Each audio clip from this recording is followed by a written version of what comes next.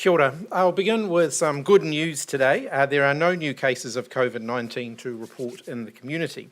That's despite over 16,000 tests being processed yesterday.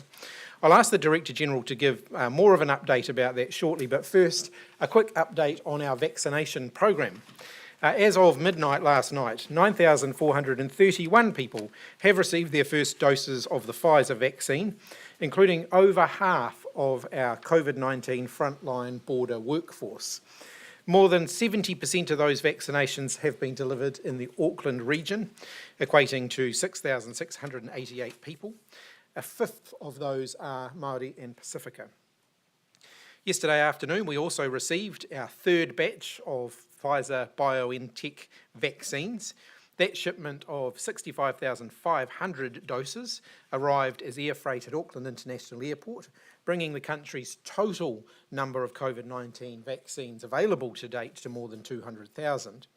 It means that from next week, we can get into the next phase of vaccinating the around 50,000 family and household contacts of the border workforces in our main centres.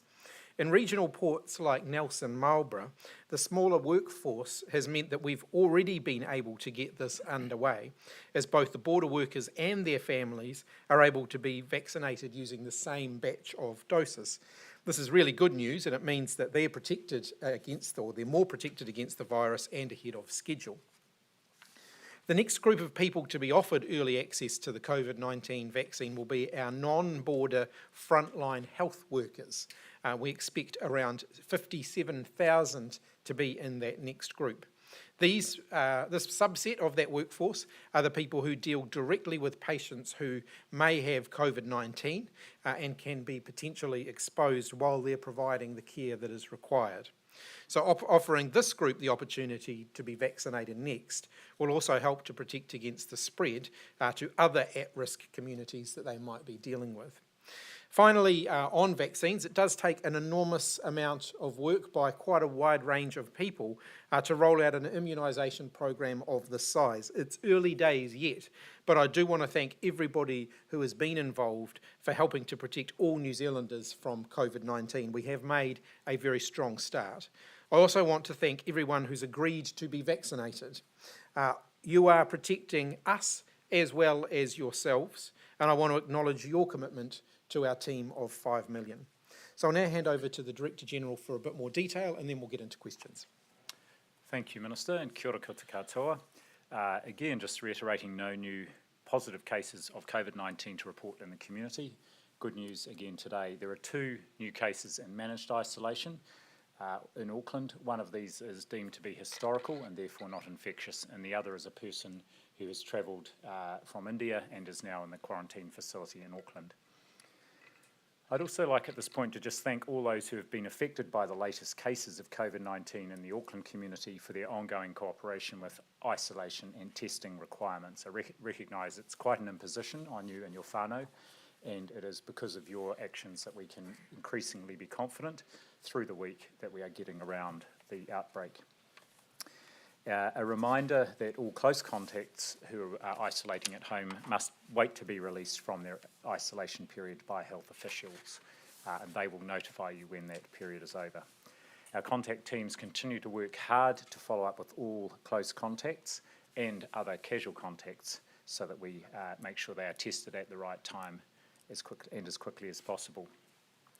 I was asked yesterday about how the contact tracing system was performing, and I've got some information that for the period between the 14th and 26th of February, 87% of close contacts of a positive COVID-19 case were contacted within 48 hours from the moment that the Public Health Unit was notified of the case, contacted and of course isolated. And it's the speed of getting people into isolation which is critical to prevent further onward spread.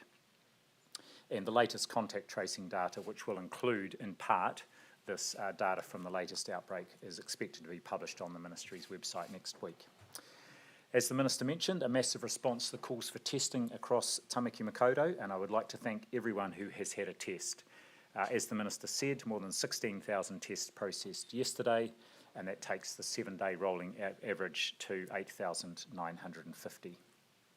11 community-based testing centres open in Auckland again today, many of which are in South and East Auckland, and a reminder also that most general practices and urgent care centres also able to do testing, and generally they do around 60% of the testing in Auckland. I would like to just take a moment to reiterate my comments yesterday about what people should do while they wait for test results. If you are symptomatic, wherever you are in the country, you should remain isolated until you receive your test result. If you are part of the being tested as part of the outbreak in Auckland as a close or casual contact, please follow the instructions of the Public Health Unit, and you should indeed be remaining home till at least you have the results of those negative tests. There will be different advice to different contacts depending on the nature of the exposure that they were, their exposure at the locations of interest. It does go without saying that our thousands of border workers who are being tested regularly, either fortnightly or weekly, because they are asymptomatic when they are tested, they do not need to isolate while the results of their tests are returned. But of course, if they are tested because they are symptomatic, they do isolate. And I just want to thank them for not only the work they are doing at the border, but the fact that they are putting up with weekly or fortnightly nasopharyngeal swabs as well to help keep all of us safe. Healthline continues to be busy and has got extra staff on to cope with that extra demand, 3,761 calls yesterday. The demand peaked between 7 and 9 in the morning with an average waiting time of 12 minutes. And for those who may need support, don't forget that the 1737 phone number is available with support 24/7. As I mentioned yesterday, last evening I took part in a workshop, a Zoom workshop organised by the Office for Ethnic Affairs with about 140 leaders from across a diverse range of communities. It was a discussion both on the response in Auckland at the moment, but also letting them know and answering questions about our vaccination program. So I just want to thank them for their great willingness to be involved in spreading the word out to their communities to help signpost for people to where they can get good information about the vaccine, to help counter misinformation. And I was also able to reassure Muslim and Jewish communities that the Pfizer-BioNTech vaccine, the one we are using, is considered both halal and kosher. Information about the vaccine program has already been translated into 24 different languages, which are available on the Unite Against COVID-19 website. And the Minister brought his bottle of kombucha in. I did not bring a pizza box, although it looks like it. This is the box that contains, that goes out to our vaccination centres, contains up to 195 vials of the vaccine. Times 6 is 1,170 if my manual mathematics is still good. So that goes out containing up to 1,170 vaccinations. Inside it, and I can show this afterwards if anyone is interested, I have samples of the different, I don't have the vials because there's a security issue about having make-up vials or pretend vials, but I have got the different types of needles, syringes, and in particular the new low residual volume syringes, which we've just received 490,000 of those. As I've said before, our nurses have been able to get 6 doses out of every vial using just standard needles and syringes, but with these low residual volume needles, we'll be able to guarantee that to absolutely minimise the waste and make sure we make the most of every vaccine that we have. Thanks, Minister. Thank you very much. Happy to open up for questions. We'll start back here. With no community cases today, can we say with confidence we're through the worst of it, or are we still holding our breath for tomorrow? I think we're still in the critical period where we're wanting to see all of the test results of all of the relevant close and casual contacts come back.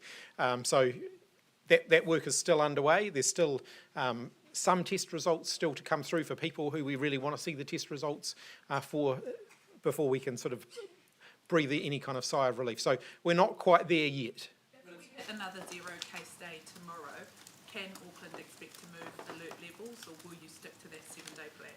Look, it will really depend on what, there's a whole lot of things that we'll be looking at. We'll be looking, obviously, at whether there are any additional cases when the Cabinet has this conversation, whether there are any additional cases, what what other warning signs or what other risk factors there might be out there that we need to consider. So as you'll appreciate, every time we've done this, people have wanted to sort of have some certainty earlier than is possible to give, and this is one of those cases where it will really depend on what information we have at the time when we make that decision. We do get information literally right up to, 15 minutes before we go into the Cabinet meeting. That's how up-to-date the information is we have when we make those decisions.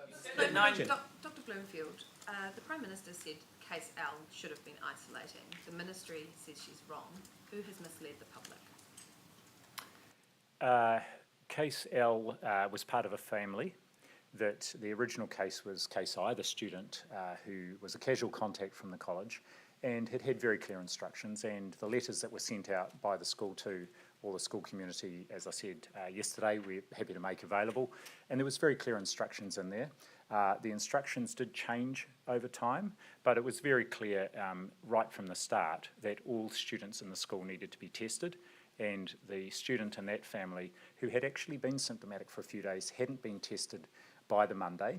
And so I think the instructions to all the families were clear, and as I said also yesterday, we saw actually over 98% of students, including those who were from casual plus contacts from right across the school, had been tested before they went back to school on that Monday. I think, can we just put, I think there's some very important context. We need to consider all of the context around this particular family when we're thinking about what they should and shouldn't have been doing. So very clear guidance was sent out to all of the families of the school on the 17th of February saying that everybody in the households should get a test. That was then repeated. There was further information sent out on the 19th of February. The two siblings started to show symptoms on the 19th and the 20th, and the person went to work on the 22nd, despite the fact that at that point there were two people in the household showing symptoms and no one had been tested. So the reality is there's certainly enough information there that the person shouldn't have been going to work. I think that's the point that the Prime Minister was making. I think it's a very fair point to be making. I think, information changes as risk changes. There was clearly enough risk here for this family to know that they should have not been engaging widely with the community. Why did the Ministry of Health put on its Facebook page that the family had complied with the advice that they were given at the time? Why did you defend the family? Actually, I understand that the Facebook post was on the Unite Against COVID-19 website rather than the Ministry's website. And that was a comment about the general advice that had gone to all families, without at that point the knowledge that indeed there were members of the family who had been symptomatic and should have been tested earlier than perhaps they were. I think the key point here is, and I'd like to bring it back to the comment I made earlier on and reiterated yesterday, actually anyone who is symptomatic should get a test quickly. And they should stay at home until they get that test. And clearly, in a situation where we have an outbreak like this, that also means that family members of someone who is symptomatic should also wait at home until that test comes back if they have been asked to be tested as part of a response to an outbreak where there are known cases of COVID-19 in the community. And that's the important thing for everybody to remember. Will you admit that Case L was never told to isolate by the government? I think you've missed the important information here. First of all, repeated attempts were made to contact this family individually. So 9 phone calls and 3 text messages to one of the cases from the 15th to the 21st, 6 phone calls and 3 text messages to another of the cases during that period of time, where advice specific to families' circumstances could have been given to them. As we have always said, where a member of your family, this is not new, where a member of your family starts showing symptoms, particularly if you are in that, you're in a category which is at higher risk because there's an investigation going on, of course you shouldn't be going to work or going and engaging with others. That person has been vilified online because the Prime Minister said that they didn't isolate when they were told to. Look, they were never told to. This brings me to another point which I have been making repeatedly since this investigation started, but also actually over the last 6 months or more, that pile-ons through social media and through other things simply don't help with our overall efforts here. We need people to be focused forward. Human beings are human beings. People do make mistakes. We want people who have made mistakes to continue to come forward. We can put the facts out there, but the kind of abuse and bullying that we see in the community from time to time isn't okay.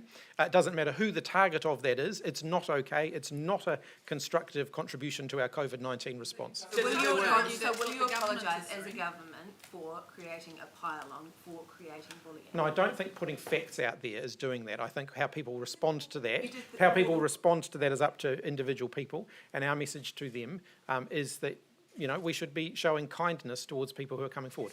With 9,000 vaccines. Dr. Ashley Bloomfield, do you now consider that maybe it would have been wiser to put a Health Act order in place earlier on to really rigidly specify what these families needed to do and get a bit more coherency throughout this?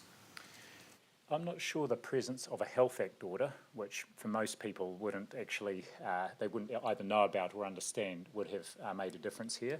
Again, having read the correspondence between the school, the messages that went out on 3 different occasions to the families, it was very clear. And again, I'll just come back to the fact that the communication from the school were really good, and you saw that in the response, that despite it being a very large school, that 98% of these students had been tested by the time the Monday came around when the school was reopened. So I don't think that the presence or not of a Section 70 order would have made a difference, and the school was being instructed anyway on the authority of a medical officer of health who is designated under the Health Act, so there was a legal basis for the requirements. And can I just clarify, after the order, the order basically says that, from the 23rd you must stay at home if you're part of this community until a contact tracer gets in touch with you. What were the contact tracers saying to these families afterwards? You mean from the 23rd of February? I don't know exactly, but they would have been saying what was the agreed script to the families, and so I'm very confident, and they're very professional, that they would have been saying the right things. Home for 14 days, get a test, is that right? We'll come back to you on that. I think it'll be better. There were more than 9,000 COVID vaccines administered to date. How many people have refused a vaccine thus far? Look, it's difficult at this point because we'll kind of get a better sense of people who are turning down the vaccine once we get through the full border workforce, because of course in some cases those people just won't have come forward. They won't have they won't have made a time to go and get vaccinated. So we'll know more about that towards the end, once we get towards the end of this group. Will you be publicly saying every time there is an announcement about vaccines or an update on numbers how many people have refused? One of the things that we have worked through quite carefully is what we do around our border workforces who choose not to be vaccinated. It is not compulsory to have a vaccine, though we strongly encourage people to do so. We will be approaching this the same way as we're encouraging other employers to approach it, which is that it is acceptable where the risk profile warrants it to say that certain jobs can only be done by people who have been vaccinated. For our border workforce, that is what we will be saying. And our first response to those who have turned down the opportunity to be vaccinated will be to look to redeploy them to lower risk roles where the vaccination is not required to do that work. Going forward, would you be publicly making those numbers clear about how many people have turned down the vaccine? We might not necessarily be measuring it in that way, but we'll certainly release what information we do have. At this stage, we are beating Australia on doses per 100 people. It's 0.184 to 0.162 or 1.163. Are you expecting to stay ahead of Australia, or is that possible? Oh, look, it's very early days yet. It's not a competition.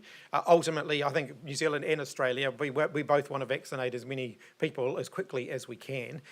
Supply is going to continue to be a challenge. One of the challenges that we want to manage carefully is we don't want to be in a position where we ramp up to the point where we can't sustain the number of vaccines that we're delivering and we have to then scale down again. So we'll be working our way carefully to make sure that we're doing this in a sustainable way. Is there a timeline around a mid-safe approval of the other vaccines?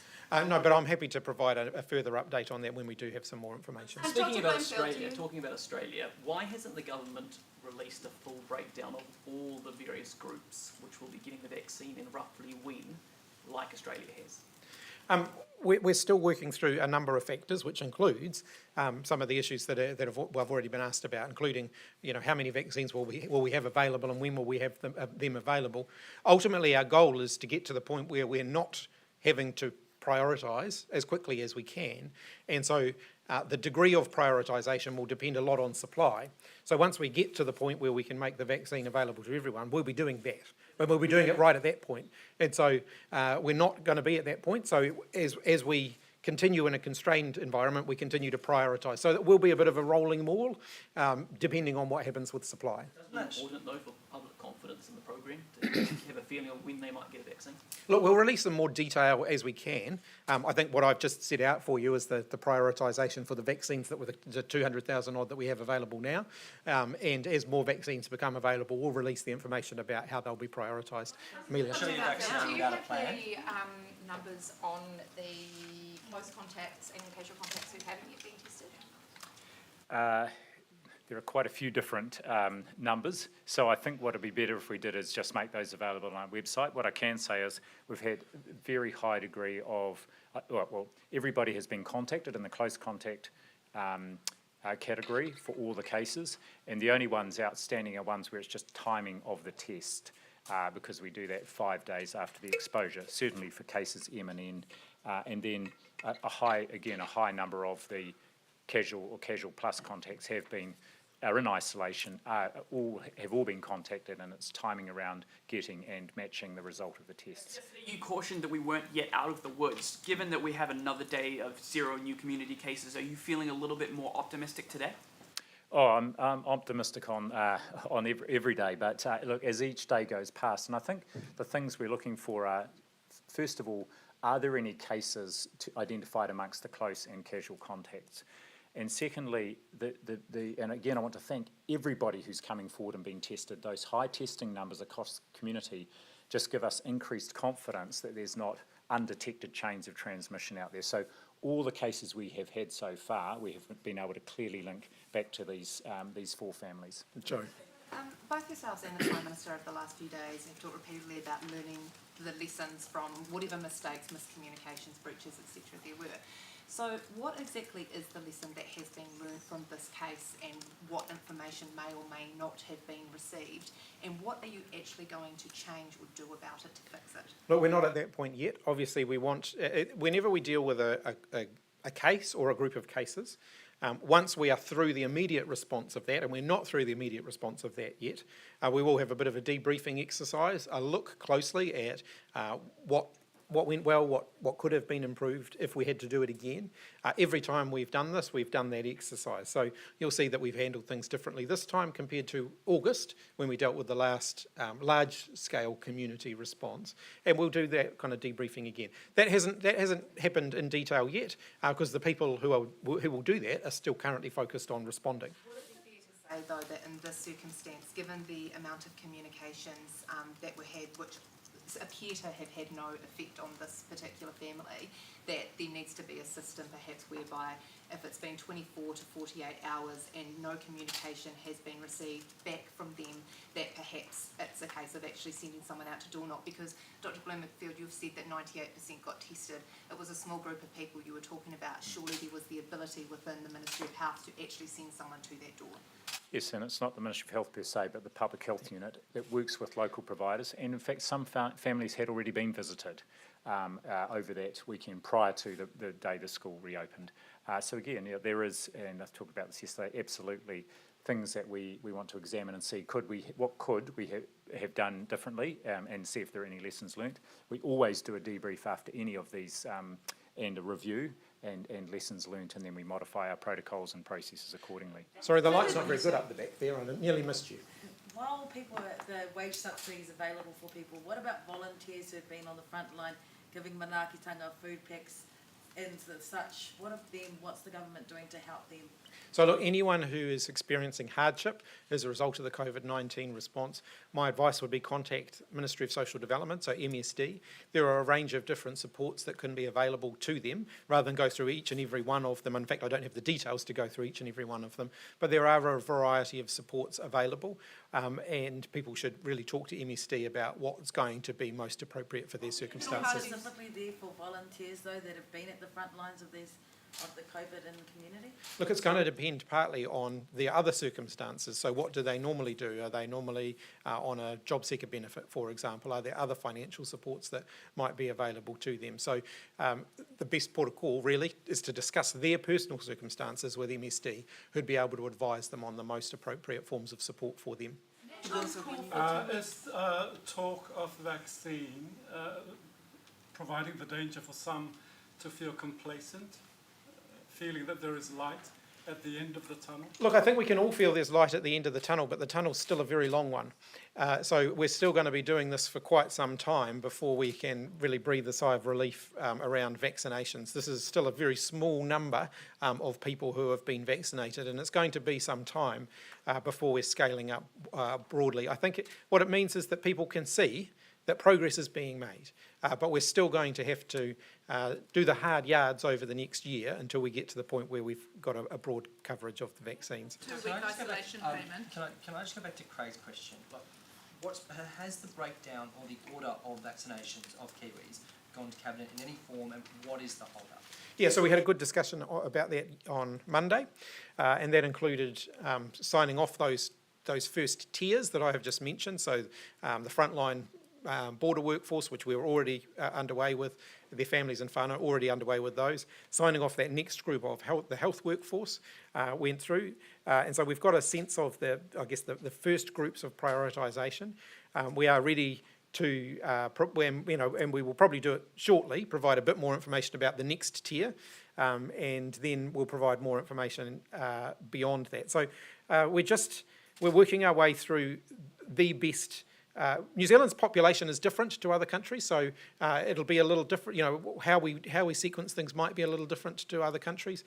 So there's not just and our circumstances are different. We don't have COVID-19 spreading in the community. So what we want to do is really focus in on risk. So first of all, who's most at risk of getting COVID-19, and who's most at risk of having an adverse consequence if they were to get COVID-19. So just on National's policy, will the government adopt National's idea to give workers 100% of their wage if they're forced into isolation? And if not, why not? Look, we've put out quite a range of support to people who are needing support as a result of COVID-19, through the wage subsidy, through the income relief for those who are having to isolate and whilst they're getting tested, or staying home because they are unwell. So we've got quite a range of support available out there at the moment. I do note that the National Party haven't indicated how they would pay for these additional things that they're proposing. It doesn't cover 100% of those workers' wages though, does it? No, it doesn't cover 100% of workers' wages, no. So does it need to though, is what National's saying? It needs to cover 100% of workers' wages if they're in isolation for 2 weeks. Your policies don't do that. Should it be doing that? Look, we can't financially compensate every possible scenario for every person who's been disadvantaged as a result of COVID-19. What we're trying to do is make sure that we are spreading financial support as widely as we can to those who need it the most, so that we can all get through this. Incentivising people to stay home. Well, I think we are incentivising people to stay home by providing that additional financial support, including support to their employers, and we're asking employers to do the right thing as well. You're asking employers to do the right thing, you're not mandating employers to do the right thing. So there's still a situation where people are more financially well off if they go to work while being told to self-isolate versus staying at home. Wouldn't it be pretty easy, given we're only talking about 2,000-3,000 people here, to just up the payment to at least the minimum wage? Look, like I said, we're doing what we can in terms of providing a range of financial support available to people in individual, depending on their individual circumstances. It would be very difficult for government to compensate for every possible eventuality and for every possible disadvantage that people may be experiencing. Possibility of this is being forced to self-isolate by the government. It's not every single possibility. And when you were designing this scheme in March last year, clearly there was a possibility that it was going to be hundreds of thousands of people, a lot of money, but we're talking about 2,000-3,000 people here, aren't we? Is it reasonable for the government? Look, to step we up? always continue to review things as new information comes to light, but at this point, we're not proposing to make any further changes. On the order of vaccinations, I mean, has there been some sort of, has it not been released yet because you're now reconsidering whether South Auckland should be at the top of the general population? No, one of the things that once we get into those more broader population discussions, that really comes into the question of how is our supply going to affect that? So sequencing around priorities, which is the first bit that we've done, is really based on those core risk factors of people most likely to get it, and to be kind of at that front line of the risk there. The sooner we can get to the point where we're thinking about rollout for everybody, even within rollout for everybody, there are still going to be some decisions to be made because we're going to, it's not going to be available everywhere on day one. There have been calls for that South Auckland population to be higher up the list, basically. Are you considering that? Well, the South Auckland population's already quite high up the high up the list based on who's already being prioritised because by virtue of where they live, those people are typically living close to the airport, and there's a lot of people at the airport and working in and around the airport who are higher up the list. At the general population level? Look, we will release more information about that. That part of it has not yet been finalised, so we will release that information once it has been finalised. Minister, could I just make a couple of comments here? One is we gave some initial advice to the government several weeks ago on a possible sequencing framework, but more recently there's been much more specific evidence that we've collated from overseas about the specific risks for different groups. For example, it's clear that older age, over 65, is a very significant risk factor for a poor outcome, and we've seen that here. We've also got very much more specific risk information about people with pre-existing conditions like diabetes and cardiovascular disease. So we've updated our advice just recently to the government. The other comment I would make is one I made yesterday. The important thing is not when people get vaccinated, aside from our border workforce. It's that we do it in an elimination strategy, and it's when we finish, when we get the last person vaccinated, and so that is a very important driver for the rollout of the program. Northland mayors are saying that people should be able to travel through Auckland for work or travel. Would that ever be something the government would consider? There are some provisions for people to travel to transit through Auckland without stopping already. So there are already some provisions for that, but we continue to look at those.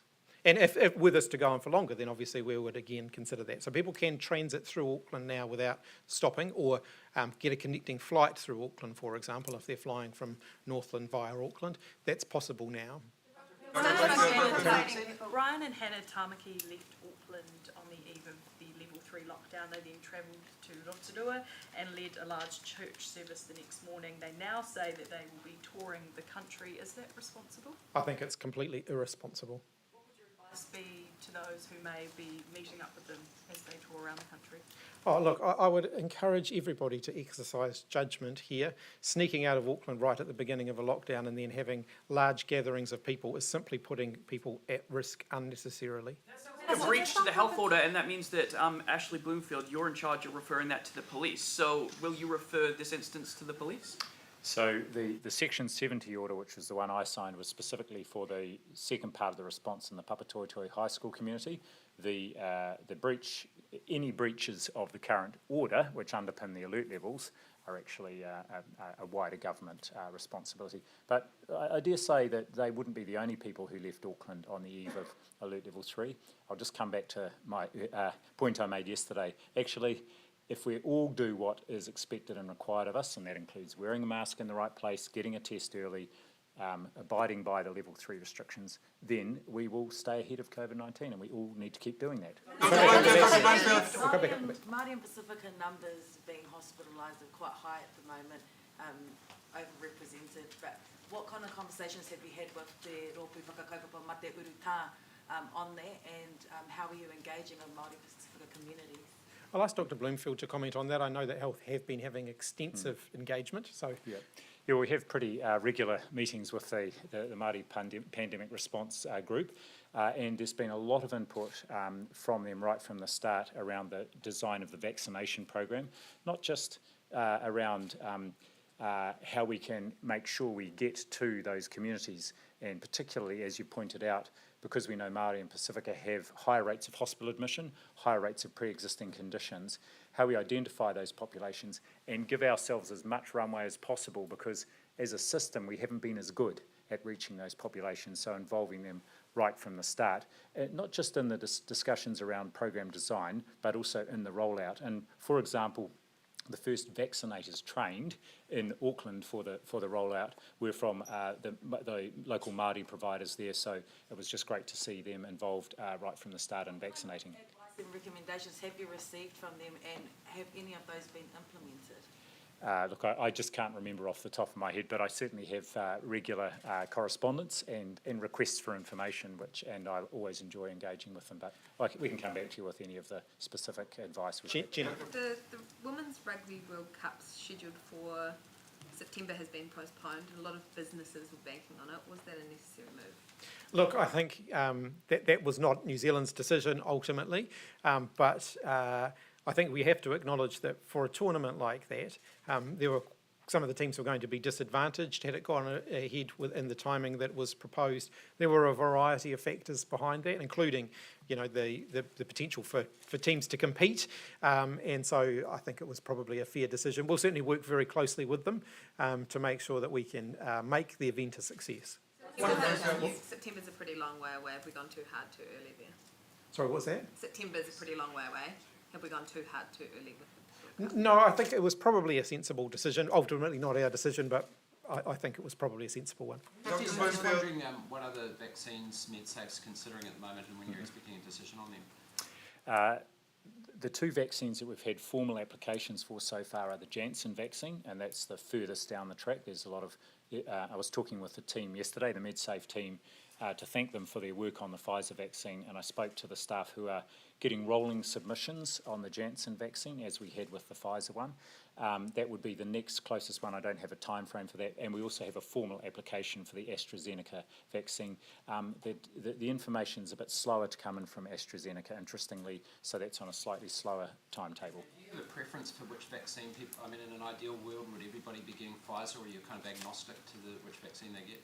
Well, the comment I would make is all the vaccines that New Zealand has got the advanced purchase agreement on are showing really good evidence of effectiveness. We do know the Pfizer one seems to be a little ahead of the pack, so it's great to be in a position where we are already rolling that out to our border workforce. So, would you be happy to just vaccinate everyone with that if you get supply? Well, we've got 4 different vaccines in our portfolio, so we'll just have to see. And one of the issues around the planning and also the sequencing is around getting certainty of supply of whatever vaccine once they've been approved. Yeah, sorry for the stupid question, Australian. Once you vaccinate border workers, do you stop testing them for COVID each week? No. That continues. It continues. Dr. Bloomfield, just in terms of any future cases where contact tracers repeatedly can't get hold of people, will you guarantee that those people will get a knock at the door? Well, it's very difficult for me to guarantee that, but I think we have talked about the fact that we already, and have since last August, used door knocking to follow up people who we can't get hold of, particularly people who we know should be isolating and who are on daily phone calls. And those are the ones that we already send teams out to, or the public health unit does, usually local Māori or Pacifica providers, both to provide support and also just check in that people have had the testing and are isolating properly. You've been very patient. Just on the Dr. Bloomfield, you say that the families of casual contacts at the school were required to self-isolate under Section 70 order because the ARF's letter was from a medical officer of health. But the ARF's letter only said that people are encouraged to stay home until Monday. That's not exactly a requirement, is it? The letter from the school, there were 3 different letters from the school, and they all had slightly updated information depending on the situation at the time. And I'd have to go back, but I think they have all been released or are made available. Yes, so I can't remember the exact wording in the most recent letter that they received. There were letters, I think, on the 14th, 17th, and 19th, and then the Section 70 order came into effect from Monday, I can't remember the date. Yeah, the 23rd, yes. That Section 70 order wasn't gazetted and it wasn't available on the COVID-19 website. How was it distributed to the people who it applied to? Well, it's not, the actual order is not promulgated to the people who it applies to. It just underpins the instructions they are given. And prior to that Section 70 order, they were being given instructions through communication from the school that was based on the advice and requirements of the Medical Officer of Health at the Auckland Regional Public Health Unit, and that has a legal basis to it because it's an expectation and requirement from the Medical Officer of Health. I would simply point out that the significant majority of people who are currently isolating at home as a result of Auckland being in Alert Level 3 won't have taken the time to read through the order that I signed that makes that put Auckland into Alert Level 3. They'll be following the communications that have been put out there that sets out what we're expecting them to do. Would it have even been possible to hold the Women's Rugby World Cup this year? I mean, would we have been able to get all the players and their officials through MIQ? It would have been very challenging, and we were working with them to see if we could find ways to overcome those challenges. Those conversations were ongoing, and we were looking at a variety of different options. In the end, we won't need to do that now. Were you looking at setting up special MIQ facilities? We were certainly looking at whether there were ways that we could sequence the arrivals so that they could train whilst they are isolating. We were looking at a variety of different things to make the tournament a success, had it gone ahead in September. It would be fair to say we had not concluded that process, so those conversations were live. I'm sure that those conversations were part of their thinking, but of course their overall thinking would have been looking at the global context of holding a tournament when some of those other teams wouldn't have been able to compete to the level that they would have wanted to. Just on going back onto whether you 100% compensate people for staying at home for 14 days. If you look at the South Auckland community, which has been predominantly affected by a lot of these clusters, and you take into consideration that the amount that they get paid currently over a fortnight, they have, I think, less than $100 left at the end of it if you take Papatoetoe average rent into consideration. Should you not at least be thinking about whether those particular vulnerable communities like South Auckland should be getting a full payment so that they can actually make a decision to stay at home, because if they don't, they can't pay their bills? Like I said before, we're not making any announcements on changes to the support that's available today. They are vulnerable though, aren't they? So why not? Well, like I said, we're not making any changes on that today. Just a question for Dr. Bloomfield on the contact tracers. You said that between the 14th and the 26th of February, contact tracers reached 86% of close contacts within 48 hours. Yes, 87%. What about all of the other categories of, casual plus contacts and that sort of thing? Are they reaching that target as well? The target is around close contacts. So it applies just to close contacts because they are the ones who are at highest risk of having been infected. And you've seen this actually with this outbreak. We've had high rates of transmission within households. And in fact, only one casual plus contact, that was the student in the third family who was infected in the school. The only one of the many hundreds and over 1,000 students there. Do they not have targets when trying to contact all of the other contacts? There's not a specific target there, because remembering that, for example, if we think about the locations of interest, we publicise those locations and the times of interest. We send out a notification via the app, but then those people actually have to come forward and indicate and contact Healthline or our contact tracers if we don't have specific information about who they were. So it's not possible really to put a target in place. However, of course, as soon as we find out about those people, the instructions are the same as to isolate, and then we're in touch with them on a daily basis to ensure they're isolating and testing. Gina, lucky last question. That message from the Unite Against COVID page, to go back to it, that the family complied with all the rules, is that statement wrong? I actually am not responsible for that statement on the COVID-19 website, and so I'd have to have a look at it and see the context within which it was being provided. Well, look, at the end of the day, they were all asked to be tested, and none of them were. So they were all asked to be tested, and none of them were. I did say that Gina's question was the last question, but you can have one last one. Okay, just just to clarify, is Friday cabinet meeting, is that the first time that you will consider alert level changes? You won't consider it before that? That's right. And could you implement them immediately then, like Friday afternoon, get Auckland out of lockdown? We actually changed the law so that we can remove restrictions more quickly.